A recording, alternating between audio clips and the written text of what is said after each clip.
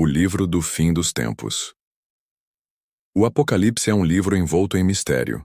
Suas páginas carregadas de símbolos, visões e imagens quase oníricas desafiam a mente racional e convidam o leitor à contemplação espiritual.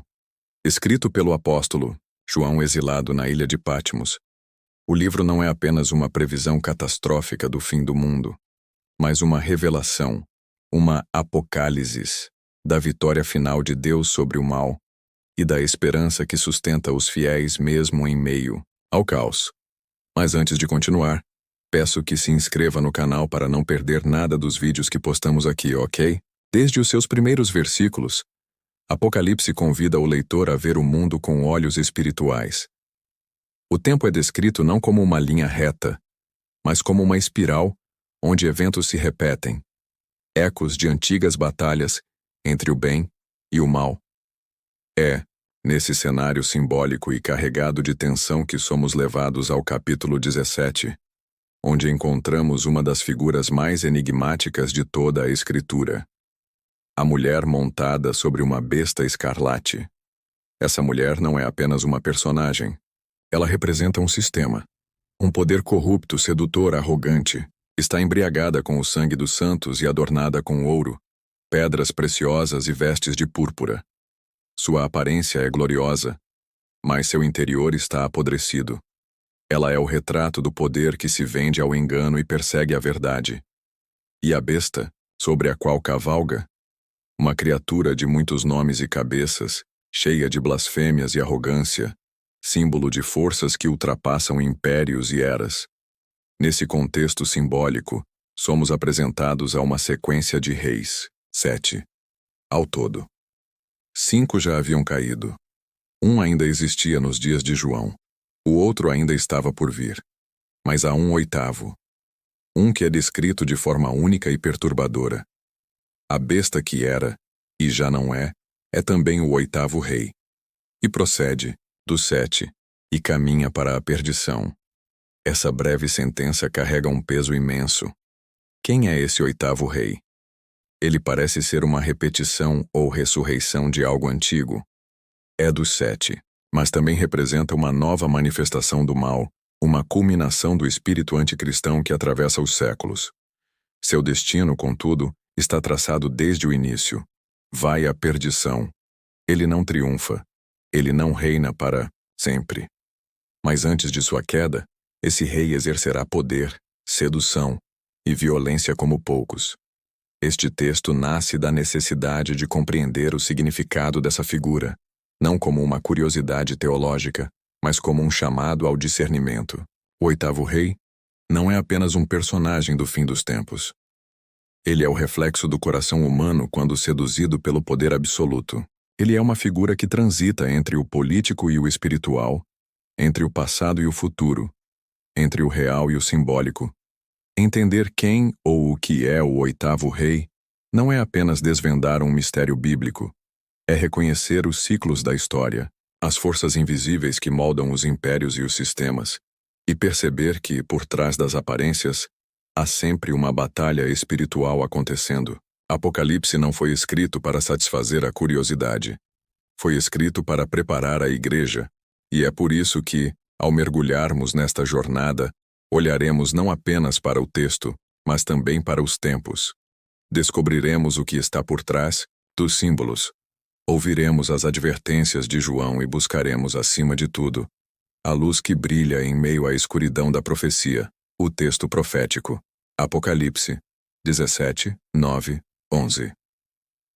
Para compreender a identidade e o papel do oitavo rei, é indispensável examinar com atenção o trecho específico onde ele é mencionado. Apocalipse 17, 9, 11.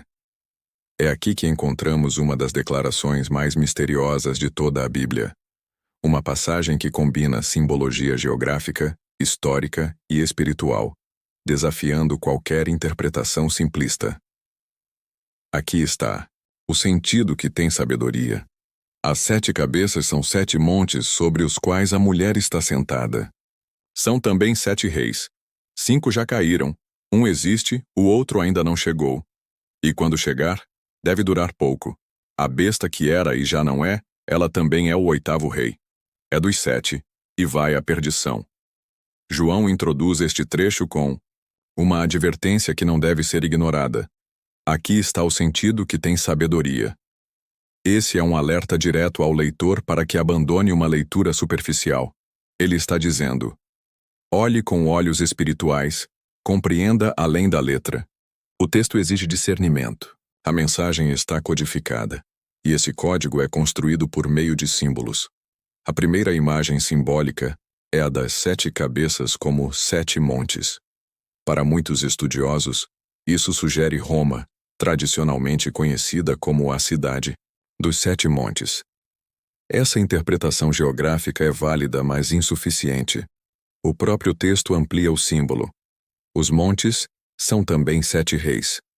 Isso nos convida a ir além da topografia e considerar realidades espirituais e históricas representadas por figuras de autoridade.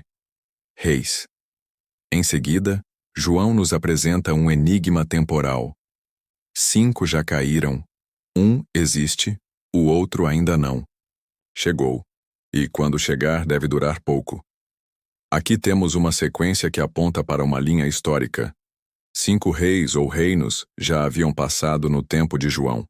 Um estava no poder naquele momento, possivelmente uma referência ao Império Romano. O 7º, ainda por vir, seria transitório.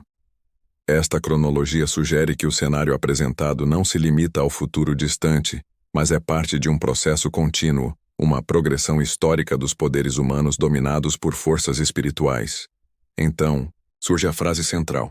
A besta que era e já não é, ela também é o 8º rei. Essa construção paradoxal, era e já não é, evoca a ideia de um poder que existiu no passado, desapareceu ou foi enfraquecido, e agora retorna sob nova forma.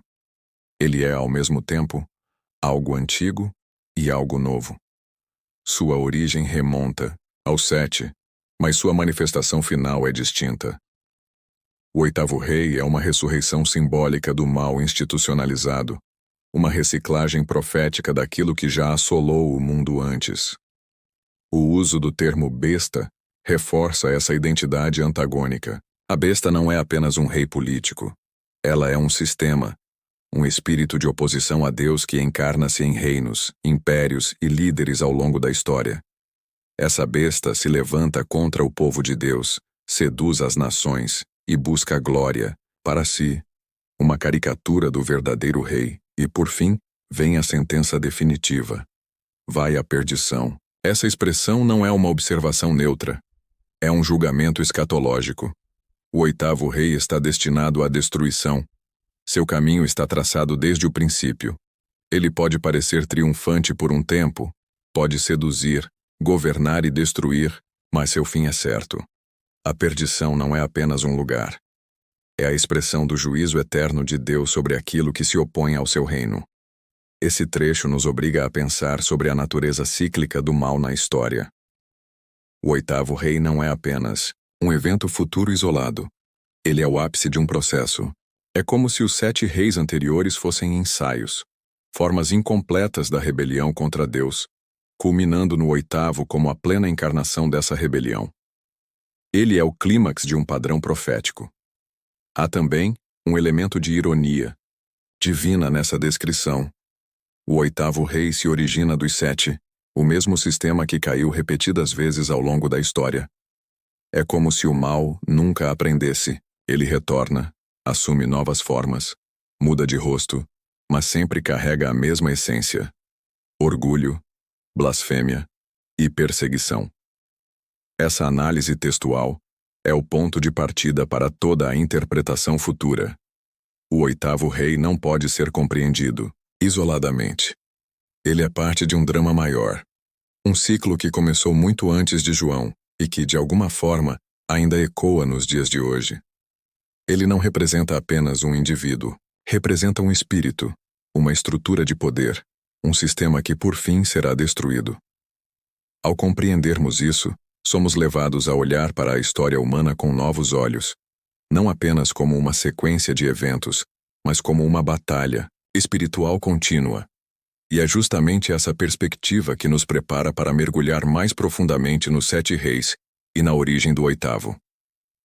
As 7 cabeças e os 7 reis, história e impérios. O texto de Apocalipse 17, 9 e 11 estabelece uma conexão direta entre as 7 cabeças da besta, 7 montes e 7 reis. A imagem se torna ainda mais complexa quando entendemos que o 8º rei é dos 7. E ainda assim se destaca como figura final. Mas quem são, então, os 7 reis? E o que representam? Antes de qualquer coisa, é importante compreender que o Apocalipse se insere dentro de uma tradição profética que já vinha sendo construída desde os tempos do Antigo Testamento. Especialmente em livros como Daniel, os impérios do mundo são representados por figuras simbólicas, feras, estátuas, chifres. Esses símbolos servem para revelar que o poder humano, quando corrompido pelo orgulho e pela rebelião contra Deus, torna-se bestial, ou seja, perde sua dignidade original e passa a operar como instrumento de opressão. Essa tradição continua no Apocalipse, onde os reis e reinos muitas vezes se sobrepõem. Assim, os 7 reis mencionados por João podem ser interpretados como representantes de grandes impérios que, ao longo da história, dominaram o povo de Deus ou desempenharam papel significativo na narrativa bíblica. Essa interpretação histórica é amplamente aceita entre estudiosos da linha historicista e, em parte, da futurista. Os 5 que caíram. João escreve que 5 reis já haviam caído. Isso aponta para reinos que existiram antes do tempo em que ele escrevia, durante o final do 1º século. Se considerarmos os grandes impérios que tiveram impacto direto na história de Israel e do povo de Deus, poderíamos listá-los da seguinte maneira: Egito, símbolo da opressão dos hebreus e da escravidão inicial. Assíria destruiu o reino do norte de Israel e levou seu povo ao exílio. Babilônia conquistou Judá, destruiu Jerusalém e o templo e exilou os judeus. Média Pérsia permitiu o retorno dos judeus, mas manteve o controle político. Grécia, sob Alexandre, e depois seus sucessores, especialmente os Seleucidas, promoveu intensa helenização e perseguição religiosa. Esses impérios, embora diferentes em cultura e época, têm um padrão comum. Todos se opuseram de alguma forma, ao povo de Deus. Todos representaram sistemas políticos que, dominados por ambições humanas e idolatria, se tornaram manifestações do espírito da besta. O que existe? João escreve: existe. Isso nos leva ao império que dominava o mundo conhecido na época em que João recebeu sua visão: Roma. O Império Romano não apenas governava com força militar e controle político, mas também exigia culto ao imperador. Para os cristãos, isso era inaceitável, e essa recusa frequentemente os levava à perseguição. Roma era o 6º rei. Ela era, no tempo de João, a encarnação viva do sistema de poder que se opõe ao reino de Deus. Para os primeiros cristãos, a besta já não era uma figura futura, era uma realidade presente. O trono de César, em muitos aspectos, era um reflexo do trono da besta. O que ainda não chegou. João diz que o outro ainda não chegou, e quando chegar, deve durar pouco. Este 7º rei é objeto de várias interpretações.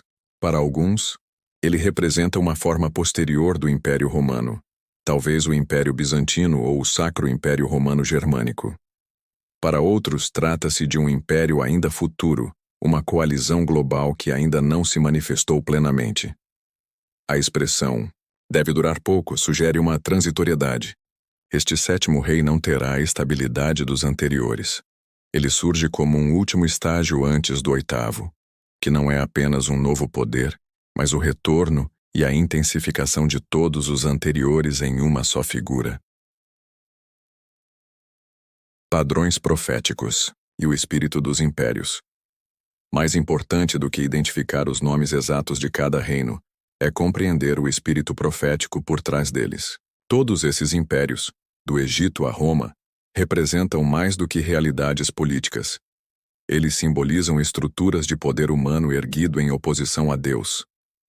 A Bíblia não está apenas nos contando a história antiga.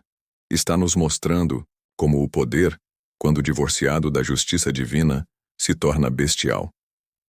O que une esses reinos não é sua cultura ou localização, mas sua essência. Eles dominam com violência, exigem adoração, perseguem os santos e promovem a idolatria. Eles são manifestações do mesmo espírito anticristão que culminará no oitavo rei. Oitavo rei, como clímax do ciclo. Se os 7 reis são estágios históricos e espirituais da oposição ao reino de Deus, o oitavo é o clímax.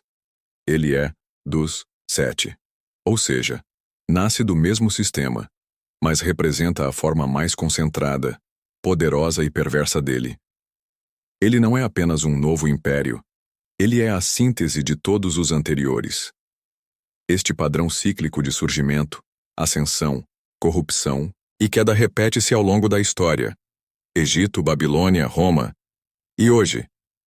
Quantos sistemas e estruturas existem que, à sua maneira, encarnam o mesmo espírito? Quantas vezes o mundo se curva a ideologias, governos ou instituições que, por mais sofisticadas que pareçam, estão enraizadas na mesma lógica de opressão e autoglorificação? Lições para o presente. Estudar os 7 reis não é apenas um exercício de arqueologia profética. É uma forma de discernimento. O espírito que movia Faraó, Nabucodonosor e César ainda está vivo em nossos tempos. Ele pode se manifestar na política, na cultura, na economia ou mesmo na religião. E o oitavo rei, quando surgir, se já não estiver surgindo, carregará todas essas máscaras. O povo de Deus é chamado a perceber os sinais, a vigiar, a entender que a história se repete, mas também aponta para um fim. Os 7 reis mostram o caminho até o clímax profético. O oitavo rei revelará até onde o homem pode ir quando rejeita Deus. Mas mesmo ele vai à perdição. Ao compreendermos os 7, estamos mais preparados para reconhecer o oitavo. E é justamente isso que investigaremos no próximo capítulo. A besta e o oitavo rei. Anticristo ou sistema? Ao longo dos séculos, o debate sobre a identidade do oitavo rei tem levantado uma pergunta inevitável. Ele será uma pessoa real, o anticristo final, ou representará um sistema global maligno, uma estrutura política, econômica e espiritual que culmina em oposição frontal a Deus? Essa tensão entre indivíduo e sistema é central para compreendermos a natureza da besta que era, já não é e voltará, como descrito no Apocalipse. A chave para essa discussão está na figura da besta, um símbolo recorrente tanto no Apocalipse quanto no livro de Daniel. A besta em Apocalipse 13 é descrita como semelhante a um leopardo, com pés como os de urso e boca como de leão, uma fusão das bestas descritas em Daniel 7. Em ambos os casos, essas criaturas representam poderes impérios que se levantam contra Deus. No capítulo 13, vemos uma besta que subiu do mar, recebendo poder, trono e grande autoridade do dragão, uma referência clara a Satanás. Essa besta exerce domínio sobre toda tribo, povo, língua e nação. Ela exige adoração e promove perseguição. Seu domínio é universal, seu alcance é global e seu apelo é espiritual. Não se trata apenas de uma nação ou de um governante. Trata-se de um poder supranacional e espiritual. No capítulo 17, essa mesma besta aparece de forma mais detalhada, agora com uma mulher montada sobre ela, a grande meretriz, que representa uma aliança profana entre o poder político, a besta, e o religioso ou ideológico, a mulher. É nesse contexto que a besta é identificada como o oitavo rei. O texto diz: a besta que era e já não é, ela também é o oitavo rei. E procede dos 7, e vai à perdição. Isso nos permite algumas inferências importantes. Primeiro, a besta representa um poder que já existiu no passado, foi interrompido ou enfraquecido, mas que retornará com força. Segundo, esse poder não é novo, ele é dos 7. Ele é a culminação de um sistema, não um surgimento espontâneo. Terceiro, ele tem um fim já determinado, a perdição. Essa descrição permite uma dupla leitura. Por um lado, ela pode apontar para uma figura humana, um líder político ou religioso, que surgirá como o último representante desse sistema. Muitos associam essa figura ao Anticristo, mencionado em outras partes do Novo Testamento, como em 2 Tessalonicenses 2 e 1 João 2. Esse homem do pecado se exaltará acima de tudo que é chamado Deus, se assentará no templo e se mostrará como se fosse o próprio Deus. Ele será a manifestação encarnada da oposição final a Cristo. Por outro lado, essa figura não surge no vácuo. Ela representa e lidera um sistema complexo, um corpo global, que une governo, economia, religião e cultura numa só narrativa. A do poder humano absoluto. O oitavo rei, portanto, não pode ser compreendido apenas como um homem, mas como o último estágio de um sistema satânico que começou a operar desde os primórdios da humanidade. Essa dualidade, homem e sistema, reflete o modo como o mal opera. Ele se organiza, se estrutura, se disfarça de ordem e progresso. Mas no fim, sua essência é sempre a mesma: substituição de Deus, adoração do homem, rejeição da verdade.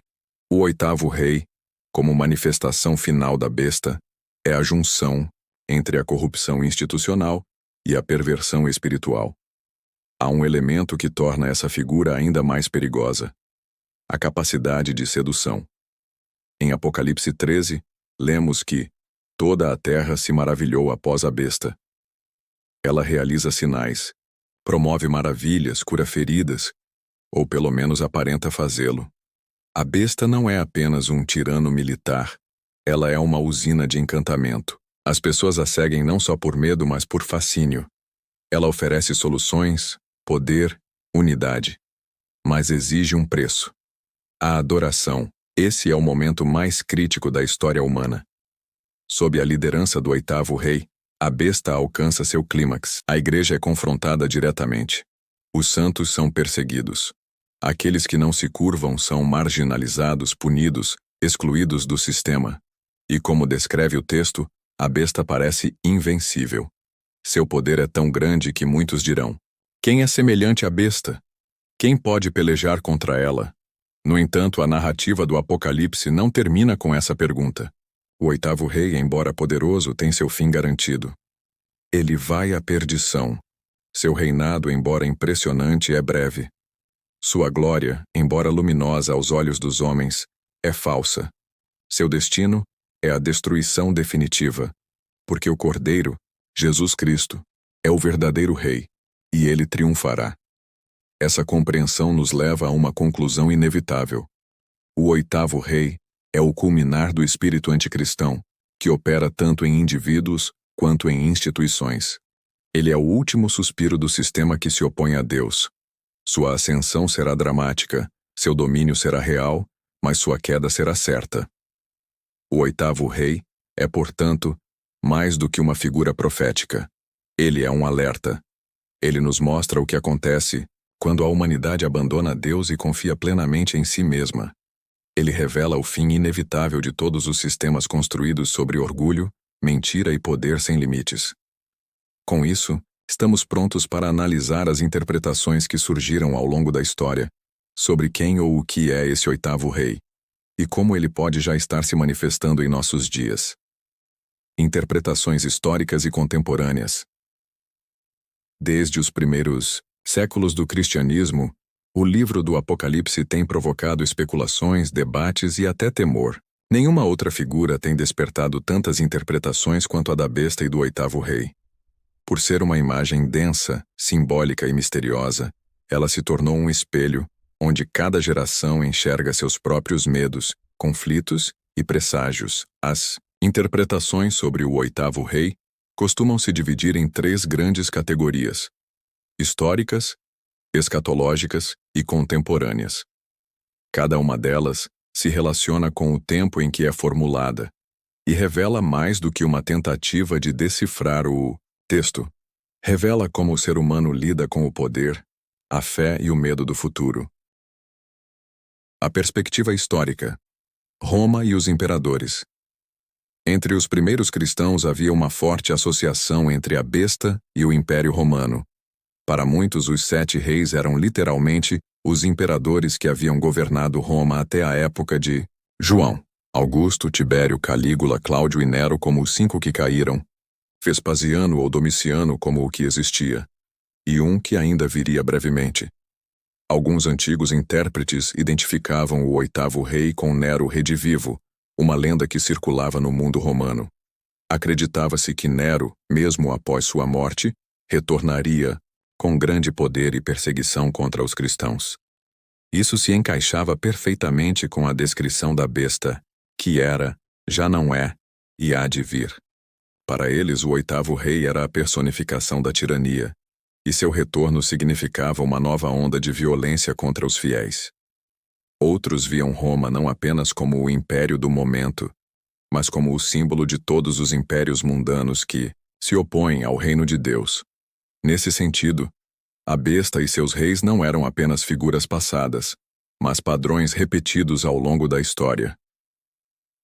A perspectiva escatológica, o anticristo final. Com o passar dos séculos, especialmente após a queda de Roma, a interpretação escatológica ganhou força. Muitos cristãos passaram a ver no 8º rei um personagem do futuro, que surgirá nos tempos finais como o anticristo literal, um governante mundial, possivelmente com poderes sobrenaturais, que unirá as nações sob seu domínio e exigirá adoração. Essa visão foi muito reforçada durante a Reforma Protestante, quando reformadores como Lutero e Calvino viam no papado uma manifestação da besta. Para eles, a aliança entre o poder religioso romano e o político era uma clara evidência da mulher, a meretriz montada sobre a besta. O Papa era visto como o anticristo, o 8º rei, que se levantava com a aparência de piedade, mas negava o evangelho. No século XX, com o crescimento das ideologias totalitárias, novas figuras foram associadas à besta: Hitler, Stalin, Mao Tse-tung. O mundo presenciou líderes com grande poder carismático, adoração popular e perseguição direta à fé cristã. Cada novo regime tirânico parecia encarnar novamente o espírito do 8º rei. A visão contemporânea: sistema global e guerra cultural.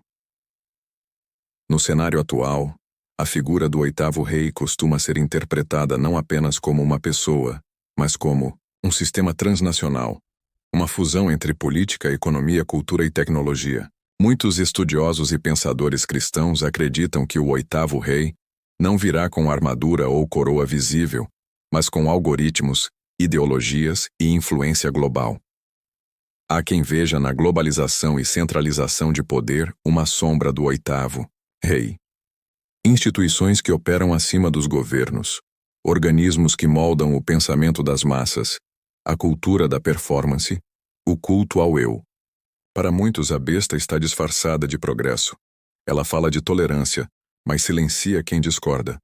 Promove inclusão, mas persegue os valores bíblicos. A ascensão da inteligência artificial, o controle de dados pessoais, a censura digital e a erosão da liberdade religiosa são temas que reforçam essa leitura contemporânea. O 8º rei seria, então, a encarnação moderna do controle total, não através da força bruta, mas da sedução tecnológica e ideológica. O perigo das interpretações sensacionalistas. Ao longo da história, muitas previsões sobre o 8º rei falharam. Datas foram marcadas, nomes foram apontados, e nenhuma dessas previsões se cumpriu de forma conclusiva. Isso nos ensina algo importante. O Apocalipse não foi escrito para satisfazer curiosidade profética, mas para fortalecer a fé. O perigo do sensacionalismo é transformar o livro da esperança em um manual de terror. Quando se tenta encaixar apressadamente eventos políticos ou nomes específicos no texto bíblico, corre-se o risco de distorcer a mensagem central. Deus reina, e o mal será julgado. O chamado ao discernimento. Apesar das divergências de interpretação, há um consenso fundamental. O oitavo rei será a última e mais intensa expressão da oposição a Cristo. Seja uma pessoa, um sistema, ou ambos, ele exigirá discernimento espiritual. Ele virá revestido de poder, glória e soluções. E muitos o seguirão. Mas os que têm o Espírito discernirão. Saberão que o poder que se opõe à cruz, por mais refinado que pareça, carrega o selo da besta. E ao compreender as lições do passado, estarão mais preparados para reconhecer os sinais do presente. Assim, avançamos para o próximo estágio: compreender o destino final do oitavo rei. Porque, embora sua ascensão pareça irresistível, seu fim está decretado desde antes da fundação do mundo.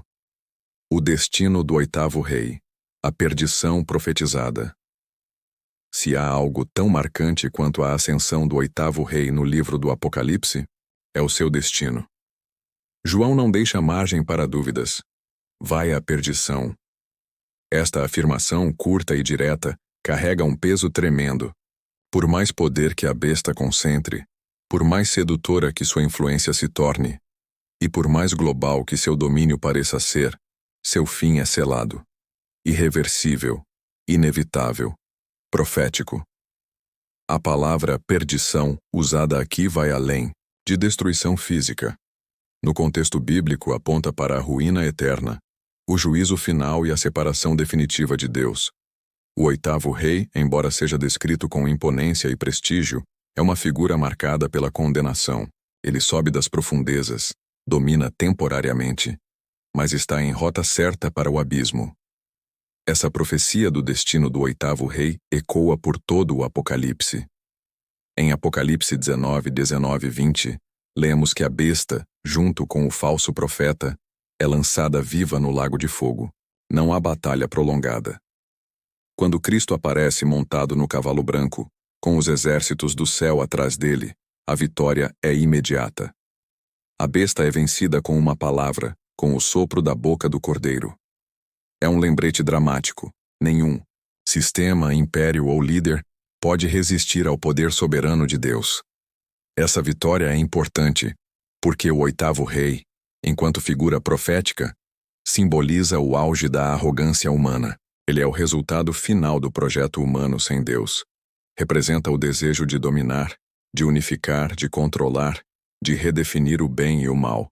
Mas todos os impérios que se ergueram com essa pretensão foram derrubados. Babilônia caiu. Roma ruiu. A besta também cairá.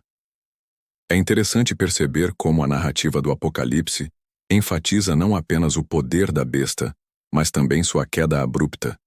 Isso cria um contraste. Enquanto o mundo se encanta com a sua ascensão, os céus já celebram sua derrota. O povo de Deus é chamado a enxergar além da aparência imediata. Onde o mundo vê glória, o céu vê condenação. Essa percepção espiritual é essencial para os dias atuais. Há momentos em que o mal parece triunfar. Sistemas corruptos se fortalecem. Mentiras se institucionalizam. Valores são distorcidos. A igreja é marginalizada. E a besta, ainda que disfarçada, parece prosperar. É nesse cenário que a mensagem do destino do oitavo rei ganha força. Ele está indo para a perdição. Nada escapa ao controle de Deus. A certeza da queda do oitavo rei não é apenas uma doutrina escatológica. É uma fonte de esperança. O povo de Deus é chamado à perseverança porque sabe que o mal é temporário. Nenhuma opressão dura para sempre. Nenhuma mentira prevalece eternamente. Nenhum império, por mais global que seja, permanece além do tempo que Deus permite. E mais. O fim do oitavo rei é também um ato de justiça divina. Não é um colapso natural. É julgamento. A besta, que blasfemou, perseguiu os santos e enganou as nações, será destruída porque Deus é justo. O lago de fogo não é apenas um símbolo de punição, mas uma declaração de que o mal não terá a última palavra. O que começou em rebelião terminará em juízo. Esse juízo final revela também a natureza cíclica e fracassada do mal. O oitavo rei, sendo dos 7, é um retorno ao que já existiu. Ele representa a repetição de uma antiga rebelião, mas ao contrário de tentar algo novo, ele recicla o velho erro. exaltar o homem no lugar de Deus. É essa repetição que o condena. O oitavo rei não é criativo. Ele apenas repete o fracasso dos anteriores em escala maior. A linguagem de perdição aponta ainda para um destino individual e coletivo. Se o oitavo rei representa um sistema e um líder, ambos compartilham do mesmo fim. Não há salvação para estruturas construídas sobre a mentira. E não há redenção para quem se recusa a se curvar diante da verdade. Apocalipse nos mostra que o juízo é tanto pessoal quanto estrutural. A besta é julgada, mas também os que se aliaram a ela, os que receberam sua marca, os que se encantaram com sua promessa de glória sem cruz. Para o cristão, isso reforça um chamado. Não se alie ao que Deus já declarou condenado. Não coloque sua esperança em estruturas passageiras. Não se curve a poderes que rejeitam o Senhor. Não aceite a sedução de sistemas que parecem oferecer paz sem verdade, prosperidade sem justiça, segurança sem arrependimento. O destino do oitavo rei deve ser lido com sobriedade, mas também com alegria. Ele é o sinal de que o mal tem prazo de validade. Ele mostra que, por mais escura que a noite se torne, a manhã virá. O cordeiro que foi morto está vivo, e ele reinará para sempre. O trono de Deus está acima de qualquer império. E a besta, com toda a sua pompa, irá à perdição. A partir dessa certeza, somos convidados a refletir. Como a igreja deve viver enquanto esse cenário se desenha? Que postura adotar diante de um mundo que flerta com o oitavo rei? É isso que exploraremos no próximo capítulo. Lições para a igreja. Vigilância e perseverança. Diante da realidade do oitavo rei, seu sistema e sua condenação, surge uma pergunta fundamental. O que a igreja deve fazer? Como viver num mundo onde o espírito da besta está em operação, seduzindo, controlando e perseguindo? O Apocalipse, longe de ser apenas um livro de previsões, é uma convocação à ação. Ele revela o futuro para transformar o presente. A primeira grande lição é a vigilância. Jesus advertiu repetidamente: Vigiai, pois, porque não sabeis o dia nem a hora. Mateus 25:13. A vigilância espiritual é uma postura ativa. Não significa viver em paranoia ou especulação constante, mas cultivar uma sensibilidade aguçada à verdade de Deus e à atuação do inimigo. O oitavo rei não surgirá de maneira óbvia. Ele será sutil, encantador, e parecerá solução em vez de ameaça. É por isso que a igreja precisa estar desperta. Vigiar é, antes de tudo, manter os olhos fixos em Cristo. Quando a fé se torna morna, a doutrina se relativiza e o evangelho se dilui em cultura, a igreja corre o risco de ser seduzida pela besta. O Apocalipse nos mostra que a besta se apresenta como alternativa espiritual. Ela une política, religião e economia numa só narrativa. E onde há uma teologia sem cruz, uma igreja sem arrependimento e um cristianismo sem Cristo, a besta já está vencendo. A segunda lição é a perseverança. O Apocalipse é endereçado às igrejas justamente por isso. João escreve a comunidades reais, sofrendo perseguições reais, enfrentando tentações reais. O chamado é claro. Aqui está a perseverança dos santos, os que guardam os mandamentos de Deus e a fé em Jesus. Ap 14:12. Perseverar não é apenas resistir, é permanecer fiel. É não se vender, não se render, não negociar a verdade. É amar até o fim. É recusar a marca da besta, mesmo que isso custe oportunidades, conforto ou mesmo a vida. O livro do Apocalipse é repleto de mártires, mas também de vencedores. Aqueles que não se curvam, que vencem pelo sangue do Cordeiro e pela palavra do testemunho. Eles não amaram suas vidas até a morte, e por isso reinarão com Cristo. A terceira lição é a santidade. Num mundo cada vez mais secularizado, a igreja é chamada a viver como nação santa. A besta não teme templos cheios, mas teme corações puros. Ela teme uma igreja que ora, que jejua, que prega arrependimento. Santidade é resistência espiritual.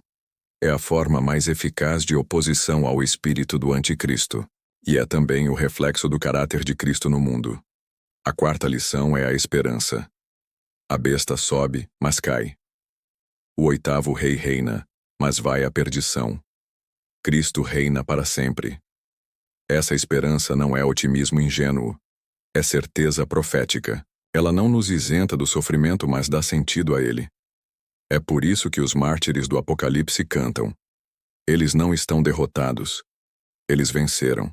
E o Cordeiro enxugará dos seus olhos toda lágrima. Finalmente, a quinta lição é a missão.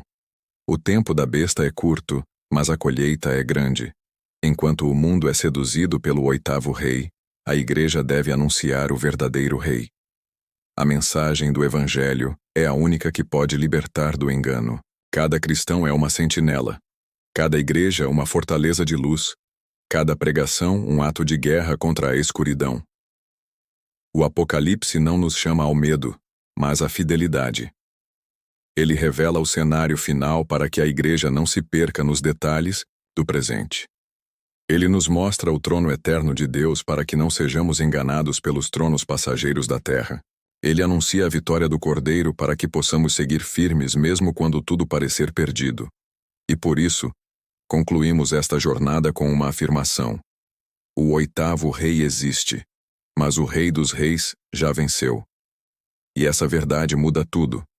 Mistério, esperança e vitória. A trajetória do oitavo rei no Apocalipse é envolta em mistério. Ele surge como sombra de algo antigo, mas com nova força. É dos 7, mas distinto. Um eco profético do passado, reencarnado no clímax da história. Ao mesmo tempo em que é símbolo de poder absoluto, é também símbolo do fracasso final de todo sistema que rejeita Deus. Sua aparição não é casual. É a culminação de uma rebelião milenar. E seu fim é o prenúncio do reino eterno. João não escreveu esse texto para confundir, mas para consolar. Ele revelou o que viria para fortalecer os que creem. Porque o mundo em que vivemos, embora belo e cheio de potencial, está sob a influência da besta. O sistema do oitavo rei já dá sinais de sua presença. Desinformação, idolatria do ego, relativização da verdade, controle disfarçado de liberdade, perseguição disfarçada de tolerância. Mas esse mesmo texto, carregado de símbolos, também está cheio de esperança. A besta que seduz é vencida. O oitavo rei que domina é destruído. E o Cordeiro triunfa. Essa vitória não é metafórica. Ela é definitiva. O mal tem um ponto final. A injustiça tem um limite. O sofrimento tem data para acabar. A esperança do Apocalipse não é apenas que o mal será vencido, mas que Deus reinará com justiça, que os fiéis serão recompensados, que haverá um novo céu e uma nova terra, onde não haverá mais lágrimas, nem morte, nem dor. Essa é a verdadeira mensagem do Apocalipse, não o terror, mas a restauração, não o colapso, mas o retorno do rei. O oitavo rei é uma realidade profética, mas ele não é o fim da história. Ele é apenas o último ato da velha criação. A nova criação começa com o retorno de Jesus, com o julgamento das nações e com a vitória definitiva do bem. E diante disso resta apenas uma pergunta. De que lado estamos? A besta clama por adoração. O Cordeiro convida ao arrependimento. O oitavo rei promete glória passageira. Cristo oferece vida eterna. Que nossa escolha seja clara. Que nossa fidelidade seja firme. Que nossa esperança seja viva. Porque apesar do mistério do oitavo rei, a vitória já pertence ao Cordeiro. E com ele venceremos também.